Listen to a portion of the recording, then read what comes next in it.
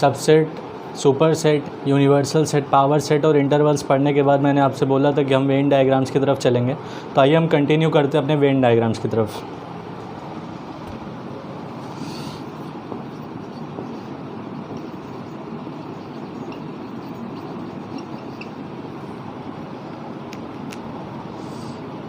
देखिए, Venn diagrams का क्या मतलब है कि जैसे मान लीजिए कि किसी भी सेट का हम अगर किसी भी सेट को अगर हम डायग्राम के मुताबिक उसको रिप्रेजेंट करते हैं तो वो उसका डायग्राम फॉर्म हो जाता है।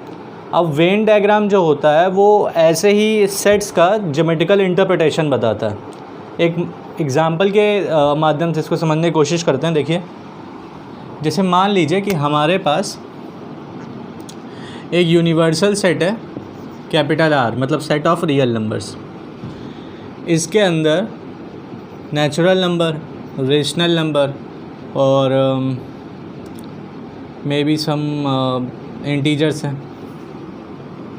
तो वेन डायग्राम में इसको कैसे शो करेंगे? तो जो यूनिवर्सल सेट होता है उसको हमेशा एक रेक्टेंगल से शो किया जाता है। अब यूनिवर्सल सेट के अंदर जो सेट होते हैं ये N, Q, Z ये सब, इनको सर्कल से डिनोट किया जाता है। तो ये सेट ऑफ रियल नंबर्स और ये सेट ऑफ नेचुरल नंबर। इसी तरह से set of rational number, set of, देखिए कि एग्जांपल देखिए यहाँ पे यूनिवर्सल सेट दिया हुआ है 1 2 3 अप टू 10 और सेट A दिया हुआ है 2 4 6 8 10 एंड सेट B दिया हुआ है 4 6। अब आप यहाँ देख सकते हैं कि U जो है इन दोनों का यूनिवर्सल सेट है और B जो है वो A का सबसेट है। अगर हम इसको वेन डायग्राम से डिनोट करना चाहें कि इसको वेन डायग्राम में कैसे बनाएंगे, तो देखिए कैसे बनाया जाता है। जो U है उसको रेक्टेंगल से लिखेंगे क्योंकि वो हमारा यूनिवर्सल सेट है। सेट A बनाएंगे हम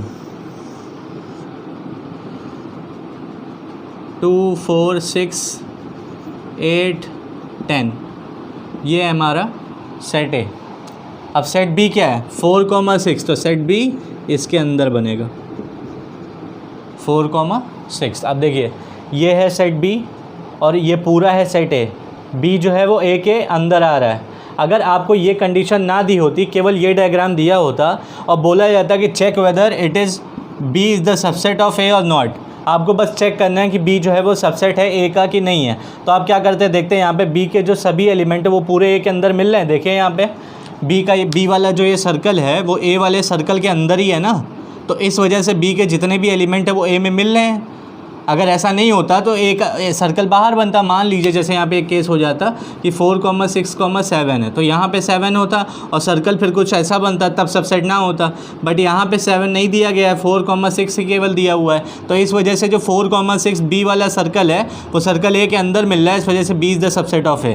तो वेन डायग्राम देख के भी आप बता सकते हैं कि कौन किसका सबसेट है, किस सेट में कितने एलिमेंट हैं, कौन कौन से एलिमेंट हैं, बस देखना आना चाहिए। अब इसमें कोई बड़ी चीज़ नहीं है। आप देखिए यहाँ पे सेट B अगर दिया है और ये सर्कल के अंदर जितने भी एलिमेंट आ रहे हैं आपको उनको पहचानना कोई मुश्किल बात थोड़ी ना, अगर आप ध्यान से देख ले तो उसी तरह से सेट A में भी बता सकते हैं। यूनिवर्सल सेट क्या है वो भी आप बता सकते हैं। तो U आपको डिफाइन है 1 2 3 अप टू 10। आप चाहें तो यहाँ पे इसको 1 2 है, यहाँ पे 3 4 5 6 7 8 9 ऐसे आप डिनोट कर सकते हैं। तो ये हमारा वेन डायग्राम होता है। अभी इस पर और ज़्यादा डिटेल में हम जाएंगे, लेकिन उससे पहले हमको क्या पढ़ना है, यूनियन ऑफ टू सेट्स और इंटरसेक्शन ऑफ टू सेट्स। किन्हीं भी दो सेट्स का यूनियन मतलब क्या होता है कि अगर सेट हमको A दिया हुआ है, दूसरा सेट B दिया हुआ है, हमसे A यूनियन B पूछा जाए तो A यूनियन B भी एक सेट ही होता है और ऐसा सेट होता है जिसमें A के और B के सबके दोनों के एलिमेंट्स आ जाते हैं। देखिए मैं क्या बोलना चाहता हूँ, आपके स्क्रीन के ऊपर डेफिनेशन शो हो रही होगी। देखिए मान लीजिए जैसे सेट A है हमारे पास 2 4 6 8 और सेट B है 6 8 10। तो जो A यूनियन B होगा, लिखते कैसे हैं, देखिए ऐसे U से इसको डिनोट करते हैं। A यूनियन B कैसे लिखेंगे, 2 4 6 8 और 10। रिपीटिशन अलाउ नहीं है सेट में, पहले भी बता चुका हूँ आपको। 2 4 6 8 और 10। देखिए 2 मिल रहा है, हाँ मिल रहा है, 4 मिल रहा है, हाँ मिल रहा है, 6 मिल रहा है, 8 मिल रहा है, अब 10 भी मिल रहा है। तो देखिए यूनियन क्या होता है कि चाहे एलिमेंट A में हो चाहे एलिमेंट B में हो, सबके सब लिखना है। अगर रिपीट हो रहे हैं तो उनको केवल एक बार लिखना है। देखिए रिपीट हो रहा है यहाँ पे 6 और 8 रिपीट हो रहा है, मैंने उनको एक बार लिखा है। तो ए के भी सभी एलिमेंट होने चाहिए। ए यूनियन बी अगर हम सेट देखें तो ए के सबके सब एलिमेंट इसमें मिलने चाहिए। तो देखिए ए के सबके सब एलिमेंट इसमें मिल रहे हैं 2 4 6 8 मिल रहा है। बी देखिए 6 8 10 मिल रहा है। तो इस वजह से ए यूनियन बी क्या होता है, ए यूनियन बी एक ऐसा सेट होता है जिसमें ए और बी दोनों के ही एलिमेंट्स लिख दिए जाते हैं। अगर वो रिपीट हो रहे हैं तो उनको रिपीट नहीं करना है। अगर वो एक से ज़्यादा बार आ रहे हैं, मान लीजिए ए और बी में कुछ कॉमन मिल रहा है, तो उनको एक से ज़्यादा बार नहीं लिखना है, एक ही बार लिखना है। अगर इसको सेट बिल्डर फॉर्म में हम देखें कैसे लिख सकते हैं, A union B is X such that X belongs to A और एक्स बिलोंग्स टू बी। अब इस जगह और एंड दो वर्ड और एंड, इन दो का बहुत ज़्यादा यूज़ है। और का क्या मतलब है, या। तो देखिए इसको क्या बोलेंगे, ए यूनियन बी क्या है, एक्स। कैसा है एक्स, एक्स ए में हो या बी में हो। या का क्या मतलब है कि ए में हो या बी में हो, दब सब के सब लिखना है। और अगर यहीं पे एंड लग जाता तो ए में भी हो और बी में भी हो, दोनों कंपलसरी है, दोनों में होना ज़रूरी है। बट और का क्या मतलब है, किसी भी एक में हो तो वो यूनियन में आ जाएगा। एंड में, यूनियन में एंड नहीं लगता, और लगता है। नेक्स्ट टॉपिक हम देखते हैं अपना इंटरसेक्शन ऑफ सेट्स।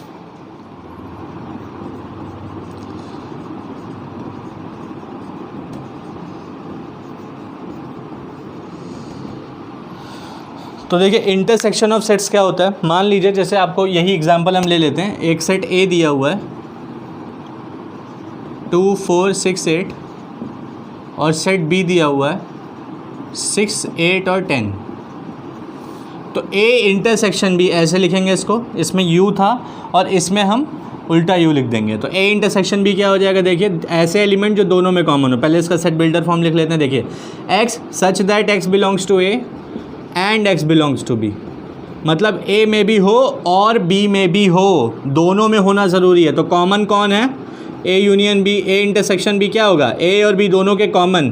तो क्या हो जाएगा, देखिए 6 8। यही आपको समझाने वाली बात है। कंफ्यूज बिल्कुल बहुत इजी चीज़ है, बट आप क्या करते हो ना, ये तो आपको अच्छे समझ में आ गया, बट ये इसमें कंफ्यूज हो जाते हो कि ये कहना क्या चाहता है। तो आपको क्या करना है, आपको जो भी सेट दिया हुआ है उनका अगर यूनियन पूछा जा रहा है तो उसके सारे के सारे एलिमेंट लिख दीजिए, चाहे इसके हों चाहे इसके हों, बट एक से ज़्यादा बार रिपीट मत करिएगा क्योंकि सेट में रिपीटिशन अलाउड नहीं होता है। तो ये यूनियन और इंटरसेक्शन होता है। आइए हम चलते अपने नेक्स्ट टॉपिक की ओर। चलने से पहले हम वेन डायग्राम में रिप्रेजेंटेशन देख लेते हैं कि यूनियन को कैसे रिप्रेजेंट करते हैं। अभी तक आपने क्या देखा कि अगर कोई सेट दिया है तो उसको वेन डायग्राम में कैसे रिप्रेजेंट किया जाता है। मगर अगर कोई सेट दिया हुआ है कि आपको एक सेट दिया है, उसके यूनिवर्सल सेट समथिंग दिया हुआ है और आप उसको कैसे वेन डायग्राम में डिनोट करोगे, एक सर्कल के माध्यम से उसके एलिमेंट कैसे दिखाओगे, अगर उसके अंदर हैं तो उसके बाहर हैं। तो आज अब हम देखने वाले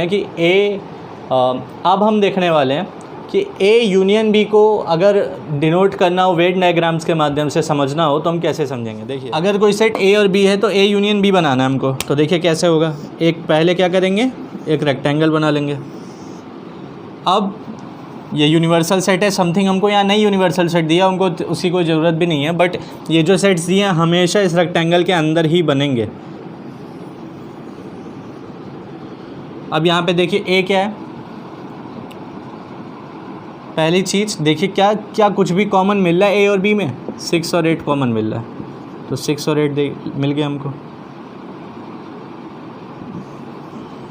ये सर्कल ए का हो गया, ये सर्कल बी का हो गया। 6 और 8 ए में भी है और बी में भी है। कैसे बना रहे हैं, देखिए नई चीज़ है, आपको सीखना है कि कैसे बनता है। उसके बाद जब आप सीख जाओगे तो प्रैक्टिस करते करते आपको ये समझ में आ जाएगा। अब कई सारी चीज़ें आपके कॉन्सेप्ट में ऐसी हैं। देखिए हमारा सिस्टम क्या है कि पहले आपको चीज़ों को सीखना है, उनको समझना है, फिर जाके आप उन पर रिसर्च करो, बहस करो, कुछ नई चीज़ें ईजाद करो। अब जैसे मान लीजिए कि एक थ्योरम आती है हाई स्कूल में, आपने पढ़ी होगी, यूक्लिड डिवीज़न लेम्मा। अब यूक्लिड डिवीज़न लेम्मा पढ़ाई जाती है हाई स्कूल में, प्रूफ उसका नहीं बताया जाता है। एक एग्ज़ाम्पल बता के और बता दिया जाता है कि ऐसे ऐसे ये चीज़ है, बट उसका जो प्रूफ है वो ग्रेजुएशन में जाके आपको मिलेगा गैलियन की बुक में। अब आपने अभी ग्रेजुएशन तो किया नहीं है, तो इस वजह से सेट है या जो भी चैप्टर्स हैं जहाँ पे प्रूफ्स रिक्वायरमेंट होगी, जहाँ पे प्रूफ्स आपको बता सकते हैं, जहाँ पे कोर्स में होगा आपके वहाँ प्रूफ्स बताए जाएंगे, लेकिन जहाँ पे जो भी चीज़ें बताई जा रही हैं आप उसको एज इट इज़ नोट करें, होल्ड करें और आगे बढ़ें। तो यहाँ पे देखिए कैसे बनाया जाता है, अगर कॉमन है तो ऐसे बनेगा और कॉमन नहीं है तो फिर अलग अलग बनेगा। इसको बोलते हैं डिसजॉइंट। समझ में आ रही है बात? अच्छा यहाँ पे देखिए ए यूनियन बी क्या है यहाँ पे, अगर हमको लिखना हो तो देखिए 6 और 8 तो हमने लिख दिया। अब ए में क्या बचा 2 और 4, ये 2 और 4 यहाँ क्यों नहीं लिखा, क्योंकि यहाँ लिखते तो वो बी में भी आ जाता। अब यहाँ क्या बचा 10, हमने सारा कर दिया। अब हमको क्या करना है, ए यूनियन बी बताना है।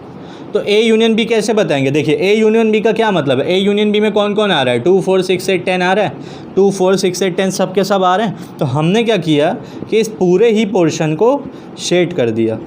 तो ये जो शेडेड पोर्शन है हमारा वो है ए यूनियन बी। समझ में आई बात? अब देखिए ए इंटरसेक्शन बी कैसे करेंगे, सेम एज एग्जाम्पल सेम है। तो इसमें क्या करेंगे, देखिए यहाँ पे भी कॉमन वही मिल रहा है 6 और 8।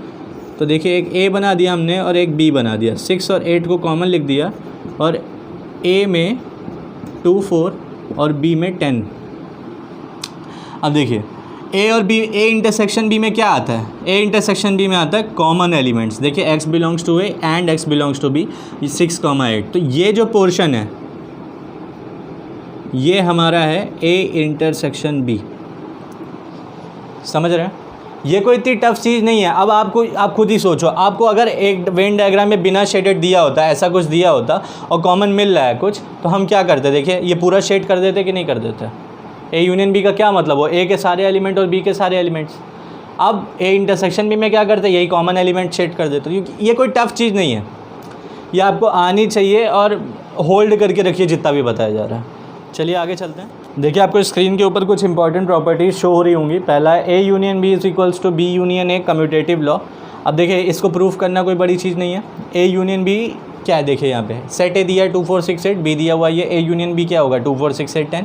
अगर हम बी यूनियन ए निकालें तो उसका क्या मतलब हुआ, अगर हमको निकालना है बी यूनियन ए तो इसका मतलब क्या हुआ, बी यूनियन ए का मतलब हुआ ऐसे एलिमेंट जो ए में भी हों और बी में भी हों। अब इसका उल्टा बोल दीजिए, एक ऐसा एलिमेंट जो बी में भी हो और ए में भी हो।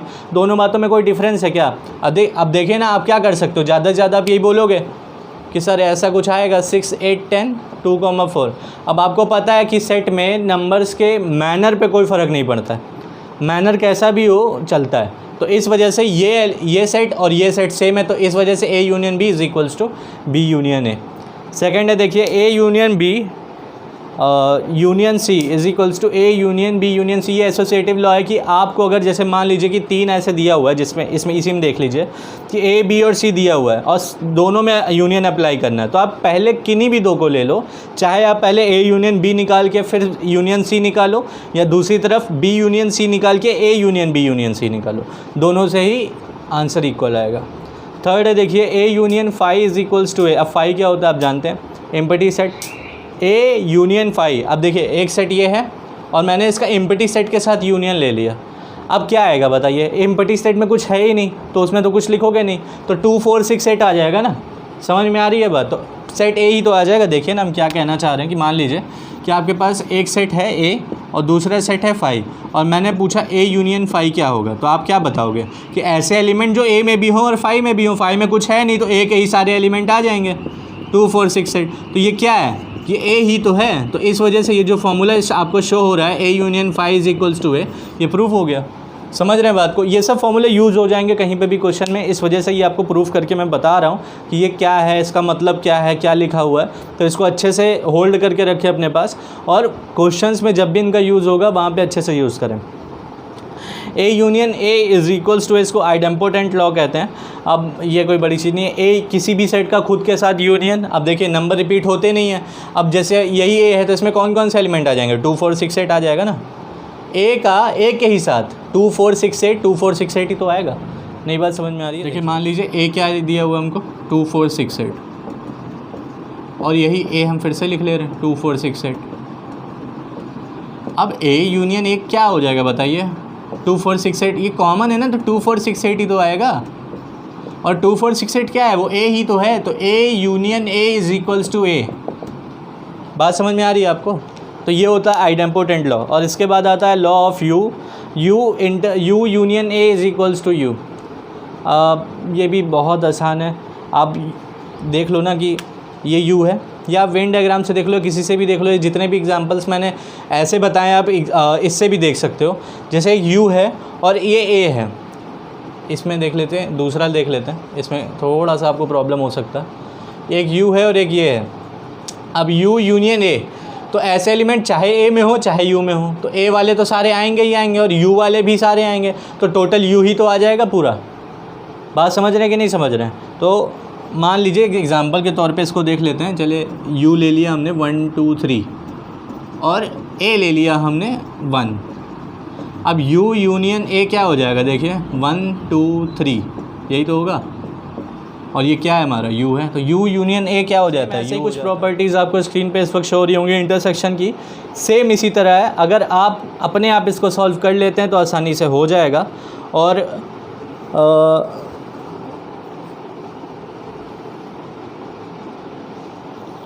अगर नहीं होता है आपसे तो बिल्कुल कमेंट बॉक्स में लिखिए, टेलीग्राम चैनल पे पोस्ट कीजिए। अगर रिक्वायरमेंट होगी तो हम इसकी भी वीडियो बना देंगे, इसको भी समझा देंगे, बट टाइम ना ज़्यादा लगे इस वजह से हम इसको भी नहीं सॉल्व कर रहे हैं। आप अब जैसे यूनियन वाले हुए हैं वैसे ही इंटरसेक्शन भी हो जाएगा।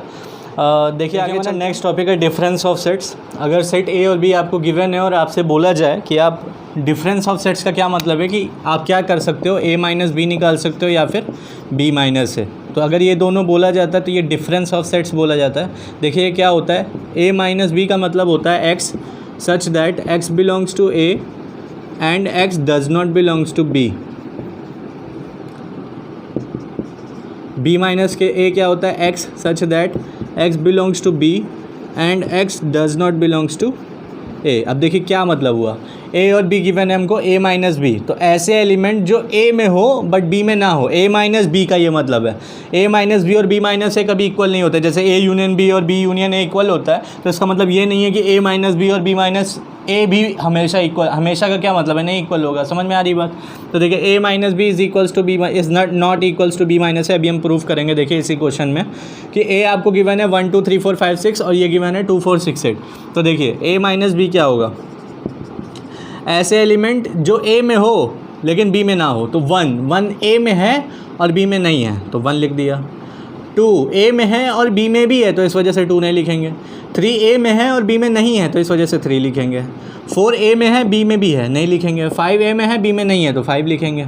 6 ए में है बी में भी है तो नहीं लिखेंगे। 7 मे बी इतना ही, 1 3 5। ओके, तो ये हमारा आ गया ए माइनस बी।